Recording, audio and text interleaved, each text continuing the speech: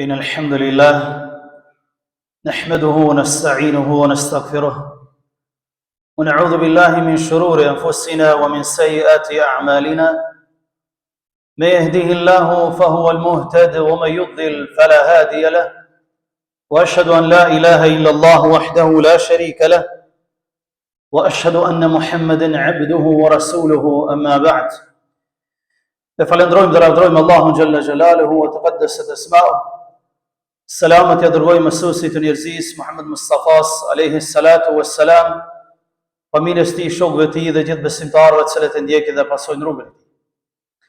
Dashur vëllezër besimtar, Kurani famlar, fjala e Zotit përbën nga 114 kaptina, të gjitha të radhitura me lejen e Zotit xhalla xhalaluhu, të renditura ashtu siç ka porositur Allahu xhalla xhalaluhu. Kurse cila kaptin është lidhur ngushtë njëra me tjetrën dhe jep domethënie të madhe kaptinës që vjen pas saj. Allahu xhalla wa ala në surën At-Takathur në ajetin e fundit thot: "Thumma latus'alunna yawma idhin 'anil na'im." Thot dhe pastaj patjetër që ju do të mirrni në pyetje në ditën e gjykimit por çdo mirësi që ja ka dhënë Zoti xhalla xhalalu. Dhe më njëherë fillon kaptina al-Asr, ku Allahu xhalla wa ala thot wal asri, pasha kohën. Ku prej mirësive më të mëdha të njeriut është koha. E Allahu xhalla wa ala po na bën me dije që keni më pyet për kohën në çdo moment që ju e keni qenë të jetës së juaj, sepse është mirësi në vete. Përveç gjërave që ne na rrethojnë që do pyetemi për to, do pyetemi edhe për kohën. Për këtë ka një hadith për pejgamberin sallallahu alaihi wasallam, nuk do lëvizin këmbët e robit në ditën e gjykimit pa u pyet për vitet e tij ku i ka kaluar. Vitet, kohën ku e ka kaluar. Për këtë dashur vëllezër, Allahu xhalla wa ala thot wal asri, pasha kohën, e që Allahu betohet në krijesat e tij. Dhe ne nuk kem të drejtë të betohemi në krijesat e Zotit, përveç se në Zotin xhalla xhalaluhu. Innal insana lafi khusr. Thot njeriu është në humbje të sigurt. Innal insan lafi khusr. Njeriu është në humbje të sigurt e ka humbjen. Përveç në qofse cilësohet me 4 cilësi. Të gjithë të tjerët janë në humbje, përveç ata të cilët cilësohen me 4 cilësi që Allahu xhalla wa ala i ka thënë në surën Al-Asr. Thot Allahu xhalla wa ala illa alladhina amanu. Përveç ata të cilët kanë besu.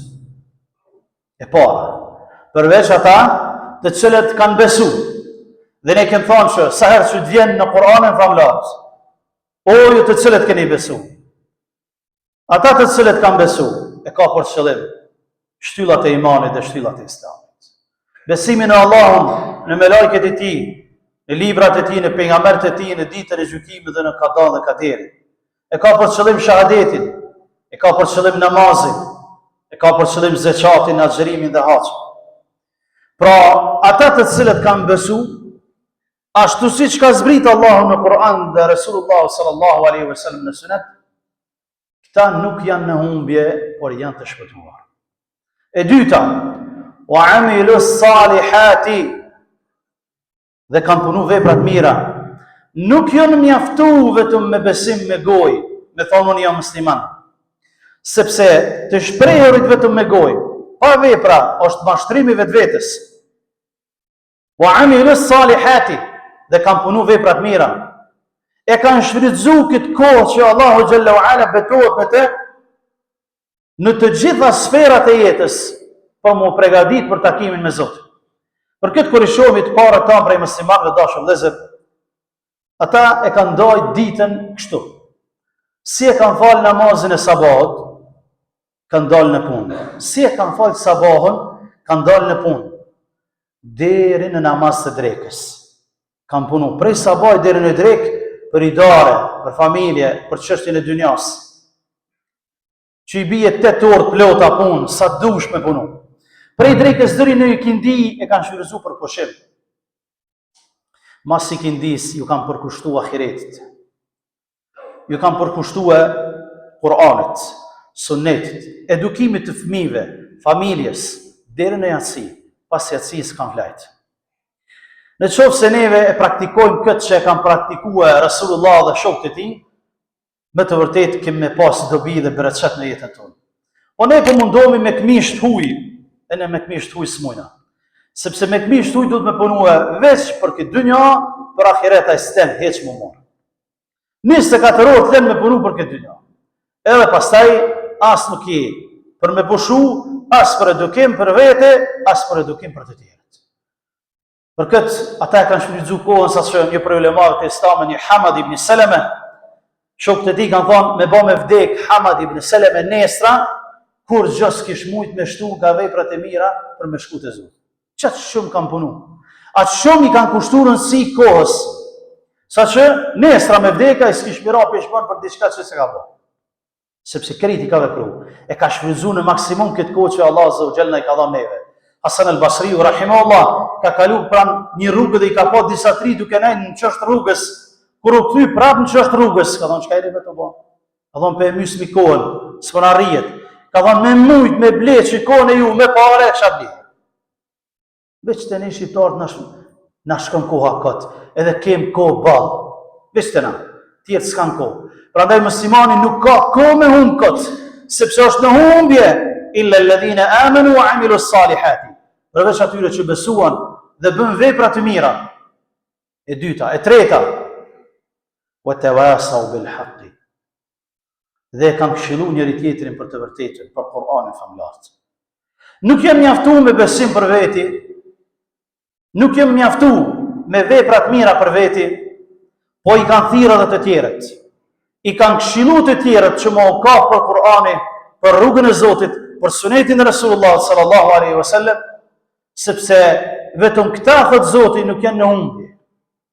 Të cilët e kanë besuar Zotin, kanë bërë vepra të mira, edhe i kanë thirrë të tjerët me bërë vepra të mira. E kanë sakrifikuar një kohë të tyre me thirrë të tjerët në vepra të mira. Wa man ahsanu qawlan mimman da'a ila Allah wa 'amila salihan wa qala innani minal muslimin. A ka fjalë më të mirë se sa i cili i thret njerëzit në rrugën e Zotit dhe thotë unë jam prej muslimanëve. S'ka fjalë më të mirë se sa i cili i thret njerëzit në rrugën e Zotit dhe thotë unë jam prej muslimanëve. Pra, prej atyre që janë të shpëtuar dhe nuk janë në humbje janë ata të cilët i thrasin të tjerët, i këshillojnë të tjerët, i urdhrojnë për të mirë dhe i ndalojnë nga e keqja. Dhe e fundit thot Zoti, cilësia e tyre e fundit thot wa tawasaw bis sabri, dhe i këshillojnë të tjerët për durim dhe për sabër. Qoftë në fatkeqësi, qoftë kur e kapin këtë rrugë, ju thojnë bëni durim se armiqt kanë me qenë të shumt. Armiqt kanë me qenë të shumt, andaj bëni durim sepse kjo rrugë lyp sakrifica, ka therra dhe gjemba gjatë rrugës, ama dush me bë sabër sepse me sabër arrin derexhen e lartë tek Zoti xhalla wa ala dhe e merr shpërblimin ashtu siç ka bërë sabër pejgamberi sallallahu alaihi wasallam për 23 vite nga maltretimet nga populli i tij. Edhe ne duhet ta këshillojmë njëri tjetrin që të bëjmë sabër ndaj atyre të cilët janë të ligë, ndaj atyre të cilët neve na gjykojnë, të cilët na kritikojnë, sepse janë ignorant dhe nuk dinë më shumë se sa aq. E Allahu xhalla wa ala ndaj ignorant ka thonë: thuju paqe atyre. Thuju paqe, sillu mirë me ta, thirrni në rrugën e drejtë në mënyrë që ta gjejnë edhe ata rrugën e drejtë duke lutur Allahun që të jenë prej atyre besimtarëve që i cilësojmë, që e përvetsojmë këto 4 cilësi që Allah Azza wa Jalla i ka cilësuar në këtë sure të shkurtër me plot domethënie, dhe të jenë prej atyre besimtarëve që janë të shpëtuar dhe jo prej atyre njerëzve që Allah betohet se të cilët janë në humbje. E humbja nuk ka ndryshe vetëm për ata i cilë nuk e beson Zotin, nuk bën vepra të mira, nuk i këshillon të tjerët për rrugën e drejtë e as nuk i këshillon të tjerët për sabër dhe durim, duke lutur Allahun që na largon nga ato cilësi, na cilësoj me cilësi të mira, na bashkojnë në xhenetet e tij ashtu siç na ka bashkuar në këtë xhami. Aqulu qawli hadha wa astaghfirullaha li wa lakum fastaghfiruhu min kulli dhanbin innahu huwal ghafurur rahim.